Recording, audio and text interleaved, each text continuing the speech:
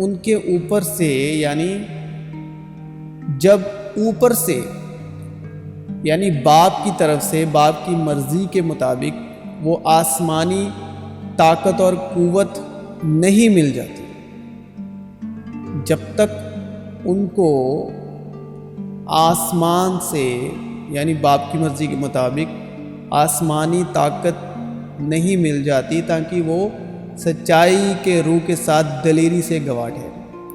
لیکن ہم نے ان کو کیا سکھانا شروع کر دیا؟ پرانے عہد نامے سے، پرانے عہد کے ناموں سے،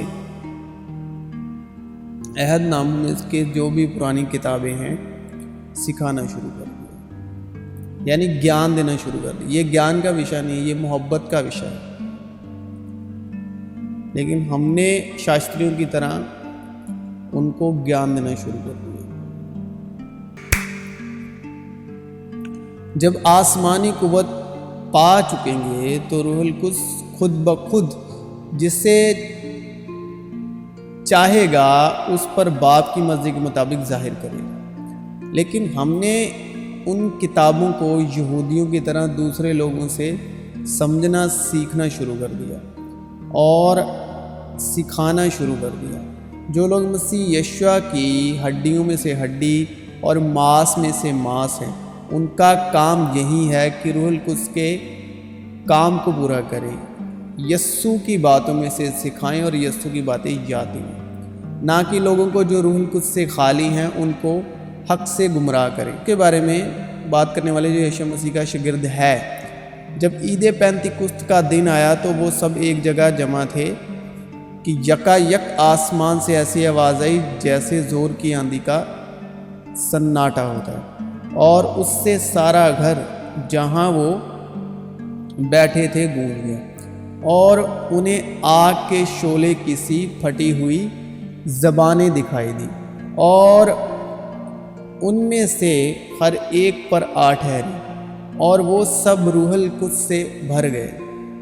لیکن پطرس ان 11 کے ساتھ کھڑا ہوا اور اپنی آواز بلند کر کے لوگوں سے کہا کہ اے یہودیوں اور اے یروشلم کے سب رہنے والوں، یہ جان لو اور کان لگا کر میری باتیں سنو کہ جیسا تم سمجھتے ہو یہ نشے میں نہیں، کیونکہ ابھی تو پہر ہی دن چڑھا ہے، بلکہ یہ وہ بات ہے جو یوئیل نبی کی معرفت کہی گئی ہے کہ خدا فرماتا ہے کہ آخری دنوں میں ایسا ہوگا کہ میں اپنی روح میں سے ہر بشر پر ڈالوں گا، اور تمہارے بیٹے اور تمہاری بیٹیاں نبوت کریں گے، اور تمہارے جوان رویا اور تمہارے بڈھے خواب دیکھیں گے، بلکہ میں اپنے بندوں اور اپنی بندیوں پر بھی ان دنوں میں اپنی روح میں سے ڈالوں گا، اور وہ نبوت کریں گے، اور میں اوپر آسمان پر عجیب کام اور نیچے زمین پر نشانیاں یعنی خون اور آگ اور دھوئیں کا بادل دکھاؤں گا، سورج تاریک اور چاند خون ہو جائے گا، بیشتر اس سے کہ خداوند کا عظیم اور جلیل دن آئے، اور یہ ہوگا کہ جو کوئی خداوند کا نام لے گا نجات پائے گا۔ ابھی دھیان سے اس کلام کو سمجھیے۔ جب پطرس کے پاس روح القدس نہیں تھا، تب پطرس کب اس طرح یروشلم میں رہنے والے یہودیوں میں اس طرح بولا، یہودیوں کے ساتھ؟ تب کب اس نے نبیوں کے کلام کا حوالہ دے کر کہا؟ اس پرانے عہد نامے کی کتاب میں جو لکھے ہوئے ہیں، کیونکہ جب روح القدس جسے پتا یشوع کے نام سے بھیجے گا وہی تمہیں سب باتیں سکھائے گا، اور جو کچھ میں نے تم سے کہا ہے وہ تمہیں یاد دلائے گا۔ یہودیوں کی عید فصح نزدیک تھی اور یسوع یروشلم کو گیا۔ اس نے ہیکل میں بیل اور بھیڑ اور کبوتر کے بیچنے والوں کو اور صرافوں کو بیٹھے ہوئے پایا، اور رسیوں کا کوڑا بنا کر سب کو یعنی بھیڑوں اور بیلوں کو ہیکل سے نکال دیا، اور صرافوں کے پیسے بکھیر دیے اور تختے الٹ دیے، اور کبوتر فروشوں سے کہا ان کو یہاں سے لے جاؤ، میرے باپ کے گھر کو تجارت کا گھر نہ بناؤ۔ اس کے شاگرد، جو اس کلام کی مین بات ہے آج کے وشے کے مطابق، اس کے شاگردوں کو یاد آیا۔ تو یاد کون کراتا ہے؟ روح القدس۔ روح القدس جسے پتا میرے نام سے بھیجے گا وہی تمہیں سب باتیں سکھائے گا، اور جو کچھ میں نے تم سے کہا ہے وہ یاد دلائے گا۔ کہ لکھا ہے تیرے گھر کی غیرت مجھے کھائے گا۔ ہمیں صرف اتنا ہی کام کرنا ہے ان کے لیے، یسوع کی باتوں کو یاد دلاتے رہنا لگاتار، جب تک ان کو آسمان سے روح القدس نہیں بخشا جاتا۔ یعنی صرف نیا عہد نامہ جو آسمان سے بخش دیا جائے گا، پھر وہ اپنے آپ ہی سکھائے گا، پھر آپ کو کسی سے سیکھنے کی ضرورت نہیں، اور تمہارا وہ مسا جو اس کی طرف سے کیا گیا تم میں قائم رہتا ہے، اور تم اس کے محتاج نہیں کہ کوئی تمہیں سکھائے، بلکہ جس طرح وہ مسا جو اس کی طرف سے کیا گیا تمہیں سب باتیں سکھاتا ہے، اور سچا ہے اور جھوٹا نہیں، اور جس طرح اس نے تمہیں سکھایا اسی طرح تم اس میں قائم رہتے ہو۔ اور دوسرے دن وہ اٹھ کر ان کے ساتھ روانہ ہوا، اور یافا میں سے بعض بھائی اس کے ساتھ ہو لیے۔ وہ دوسرے روز کیسریا میں داخل ہوئے، اور کرنیلیوس اپنے رشتہ داروں اور دلی دوستوں کو جمع کر کے ان کی راہ دیکھ رہا۔ جب پطرس اندر آنے لگا تو ایسا ہوا کہ کرنیلیوس نے اس کا استقبال کیا اور اس کے قدموں میں گر کے سجدہ کیا، لیکن پطرس نے اسے اٹھا کر کہا کہ کھڑا ہو، میں بھی تو انسان ہوں، اور اس سے باتیں کرتا ہوا اندر گیا، اور بہت سے لوگوں کو اکٹھا پا کر ان سے کہا تم تو جانتے ہو کہ یہودی کو غیر قوم والے سے صحبت رکھنی یا اس کے ہاں جانا ناجائز ہے، مگر خدا نے مجھ پر ظاہر کیا کہ میں کسی آدمی کو ناجس یا ناپاک نہ کہوں، اس لیے جب میں بلایا گیا تو بے عذر چلایا۔ بس اب میں پوچھتا ہوں کہ مجھے کس بات کے لیے بلایا ہے؟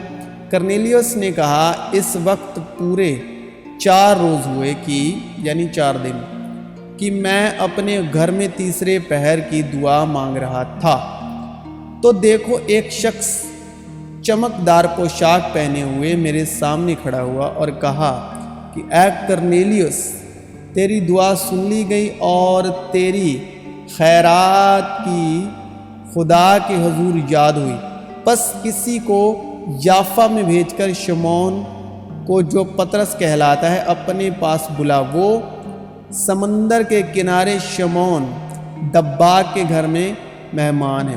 بس اسی دم میں نے تیرے پاس آدمی بھیجے اور تو نے خوب کیا جو آ گیا۔ اب ہم سب خدا کے حضور حاضر ہیں تاکہ جو کچھ خداوند نے تجھ سے فرمایا ہے اسے سنیں۔ پطرس نے زبان کھول کر کہا اب مجھے پورا یقین ہو گیا کہ خدا کسی کا طرفدار نہیں، بلکہ ہر قوم میں جو اس سے ڈرتا اور راست بازی کرتا ہے وہ اس کو پسند آتا ہے۔ جو کلام اس نے بنی اسرائیل کے پاس بھیجا، جبکہ یسوع مسیح کی معرفت جو سب کا خداوند ہے، صلح کی خوشخبری دی، کیونکہ اس کی معموری میں سے ہم سب نے پایا، یعنی فضل پر فضل، اور فضل اور سچائی مسیح یسوع کی معرفت پہنچی۔ اس بات کو تم جانتے ہو جو یوحنا کے بپتسمہ کی منادی کے بعد گلیل سے شروع ہو کر تمام یہودیہ میں مشہور ہو گئی۔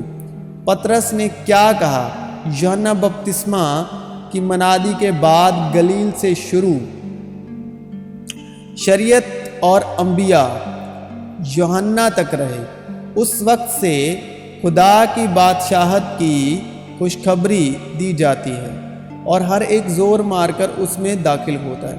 پھر یوحنا کے پکڑوائے جانے کے بعد یسوع نے گلیل میں آ کر خدا کی خوشخبری کی منادی کی اور کہا کہ وقت پورا ہو گیا ہے اور خدا کی بادشاہت نزدیک آ گئی ہے، توبہ کرو اور خوشخبری کو مانو۔